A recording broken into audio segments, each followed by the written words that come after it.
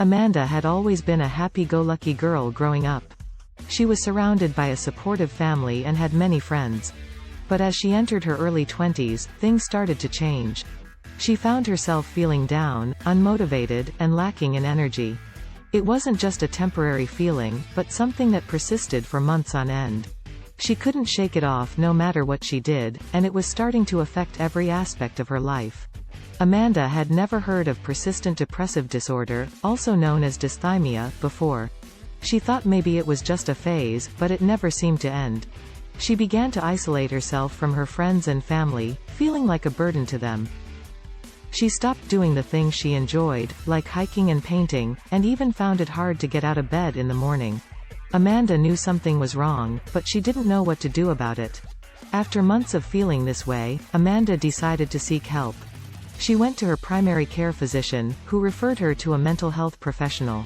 Amanda was diagnosed with persistent depressive disorder, a type of depression that lasts for at least 2 years.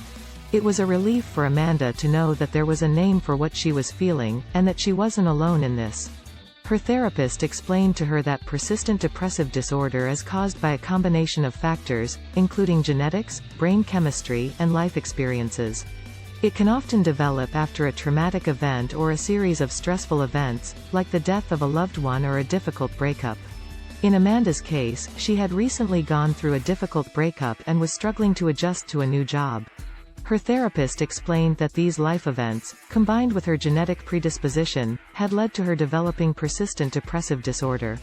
Amanda's therapist recommended a combination of talk therapy and medication. They started with talk therapy, and Amanda found it helpful to have a space to express her thoughts and feelings without judgment.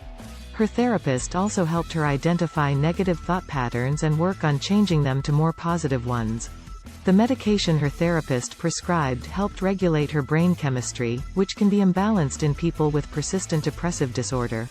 Together, these treatments helped Amanda feel better over time. It wasn't easy, and Amanda had her ups and downs.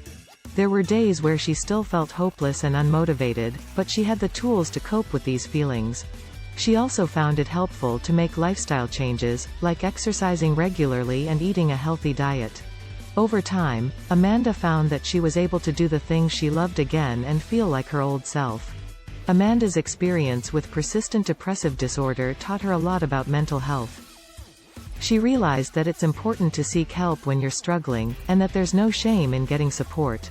She also learned that mental health is not a one-size-fits-all solution.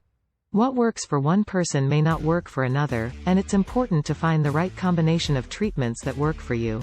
Today, Amanda is thriving. She's still in therapy, and she still takes medication. But she's also found new hobbies and interests that bring her joy. She's more aware of her mental health and takes care of herself in a way she never did before. She's learned to recognize the signs of a depressive episode and takes action before it gets worse. Amanda knows that persistent depressive disorder will always be a part of her life, but she's learned to live with it in a way that allows her to have a fulfilling life. If you or someone you know is struggling with depression, know that there is help out there. Don't be afraid to seek it out.